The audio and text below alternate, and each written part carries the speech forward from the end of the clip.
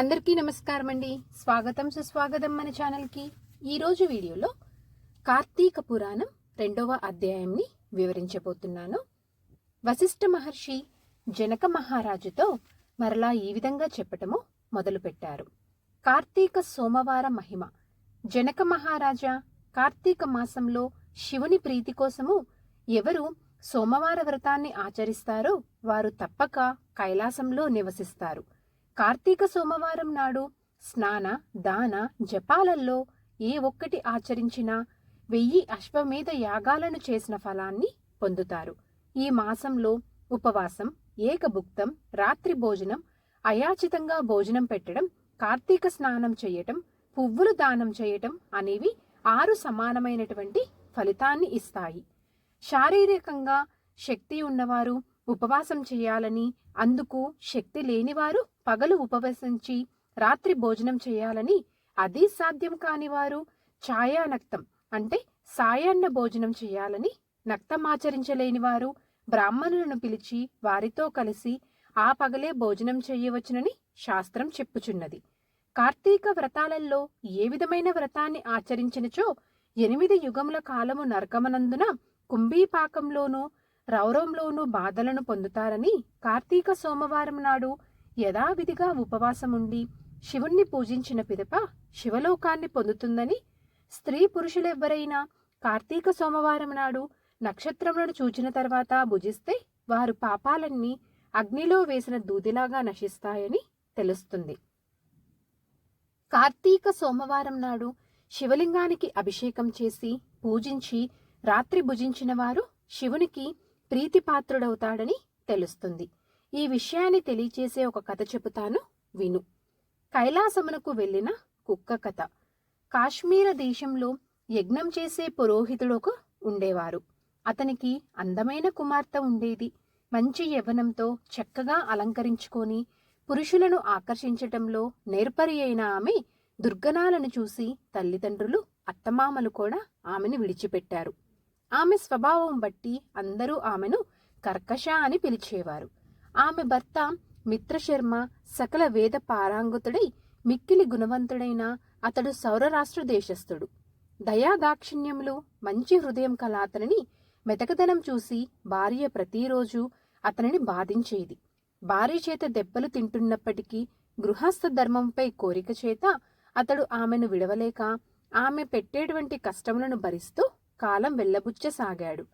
ఇలా ఉండగా ఒకనాడు కర్కశతో శారీరక సంబంధము గల పరపురుషులు డబ్బు, నగలు మొదలైనవి తృప్తిగా ఇచ్చి తమ సంభోగమునకు మిత్రశర్మం వల్ల భంగం కలుగుచున్నదని కనుక భర్తను చంపమని చెప్పెను. ఆ రోజు రాత్రి భర్త నిద్రించిన తర్వాత తానూ లేచి పెద్ద రాతితో అతని తలపై కొట్టింది కర్కశ. ఒకే దెబ్బతో మరణించిన భర్త శవాన్ని ఆమె తన భుజంపై వేసుకుని వెళ్లి ఒక పాడు నూతిలో పడవేసింది. ఈ విధంగా భర్తను చంపిన కర్కశ కామశాస్త్ర ప్రవీణులైన అనేక మంది పురుషులతోటి సంభోగిస్తూ భర్తలపై అనురాగము కలిగి ఉన్న ఇతర స్త్రీలను కూడా తన దుర్బోధులతో చెడగొట్టి వారిని కూడా తన వెంట తిప్పటం మొదలుపెట్టింది. కాలక్రమంగా నాస్తికురాలైన ఆమె భగవంతుని ఇచ్చిందంతా వ్యతిరేకించింది.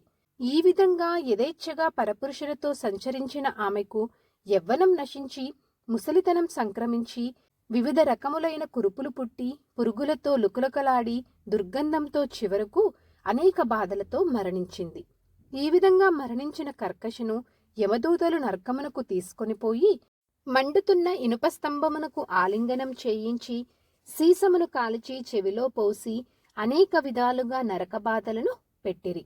ఈ విధంగా తాను చేసిన పాపములకు తన ముందు తరాలల్లో 10 మందితో కలిసి తర్వాత 10 తరములు గడుచు వరకును నరకబాధమును అనుభవించి చివరికి 15 సార్లు భూమిపై కుక్కగా జన్మించి ఇలా 15వ జన్మలో కళింగ దేశములోని ఒక బ్రాహ్మణి ఇంటిలో కుక్కగా పుట్టిన కర్కశ ఇంటింటికి తిరగడం మొదలుపెట్టింది.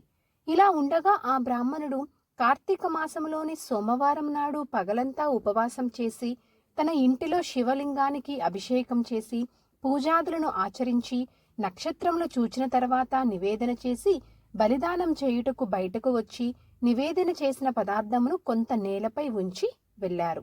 కుక్కగా తిరుగుతున్న కర్కశ ఆ రోజంతా తిండి దొరకక నీరసించినదై ఆ రోజు రాత్రి బలి ఉంచినటువంటి పదార్థములను తిని ఆ పుణ్యఫలము వలన పూర్వజన్మ స్మృతిని పొంది రక్షించండి రక్షించండి అని గట్టిగా అరిచింది. బ్రాహ్మణుడు బయటకు వచ్చి ఆశ్చర్యంతో అసలు విషయం చెప్పమని ఆ కర్కశను అడిగాడు. అందుకు ఆ కర్కశ తన పూర్వజన్మల వృత్తాంతాన్ని బ్రాహ్మణకు వివరించి, ఓ బ్రాహ్మణోత్తమ, ఎన్నెన్ని పాపములు చేసినా నేను అనేక నరకబాధలను అనుభవించి 15 సార్లు కుక్కగా జన్మించాను. చివరికి ఇప్పుడు ఈ విధంగా పూర్వజన్మ జ్ఞానం ఎలా కలిగిందో చెప్పమని అడిగింది. అప్పుడు ఆ బ్రాహ్మణుడు తన జ్ఞాన దృష్టితో విషయమును తెలుసుకున్నవాడై, ఓ కర్కశ, ఈరోజు కార్తీక సోమవారము.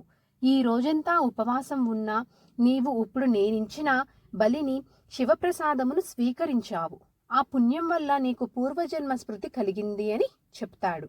అప్పుడు కర్కశ, బ్రాహ్మణోత్తమ, నీవు వేదాంగ పారంగతుడువు, సర్వమూ తెలిసినవాడువు కనుక నాకీ కుక్కజాతి నుండి మోక్షము కలుగు ఉపాయం చెప్పమని ప్రార్థించింది.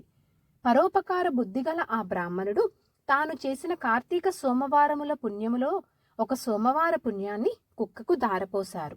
మంత్రయుక్తంగా బ్రాహ్మణుడు సోమవార పుణ్యాన్ని దారపోయగానే కుక్క రూపమున ఉన్న కర్కశ శరీరాన్ని వదిలి వివిధ రకాలైన వస్త్రాలతోనూ ఆభరణాలతోనూ కూడినదై కైలాసానికి వెళ్లి సుఖించింది. ఓ జనక మహారాజా, పై కథను పట్టి కార్తీక సోమవార వ్రతాన్ని ఆచరించిన వారికి మోక్షము హస్తగతమని తెలుస్తుంది. కాబట్టి పుణ్యప్రదమైన ఈ కార్తీక వ్రతాన్ని నువ్వు తప్పక ఆచరించదగినవాడవు అని అన్నాడు వశిష్ఠుడు. కార్తీక పురాణం 2వ అధ్యాయము సమాప్తం.